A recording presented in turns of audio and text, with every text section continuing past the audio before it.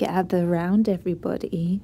It's story time with the creepy freak.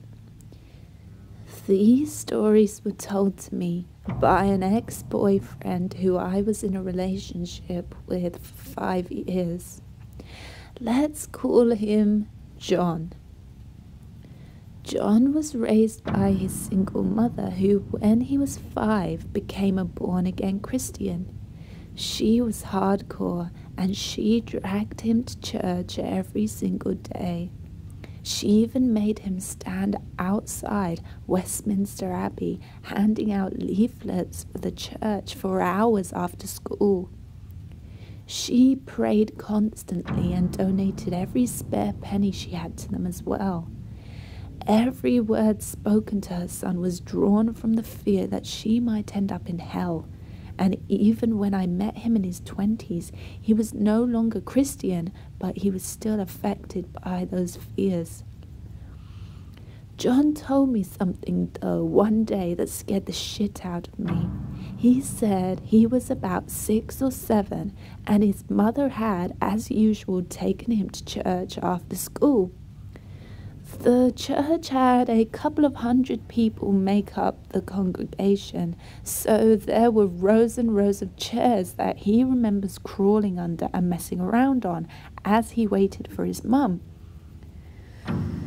He remembers the pastor was an African-American guy, loud, full of life, his voice booming around the hall.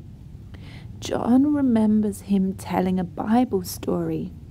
And in the midst of it, he just suddenly stops.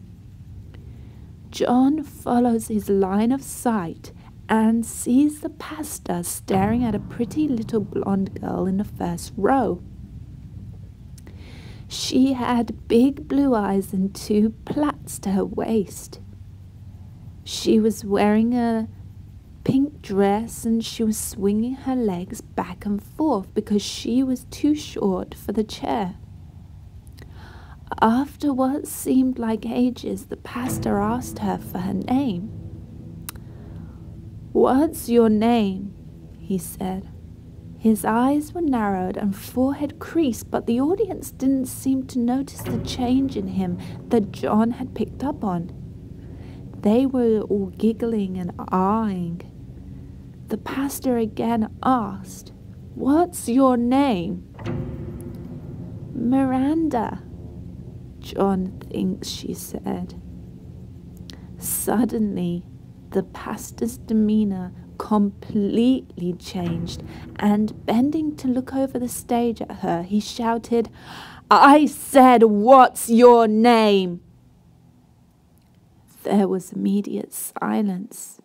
The audience went quiet, and all John said he could hear was the little innocent-looking girl open her mouth to say, "Legion!"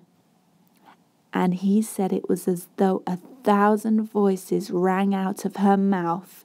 There was immediate panic and screaming ensued as the pastor jumped down and immediately started exorcising the girl of the demons that he was convinced possessed her. She seemed okay in the end, but the incident never left John and disturbed him deeply, only making him even more afraid of the possibility of hell and the devil.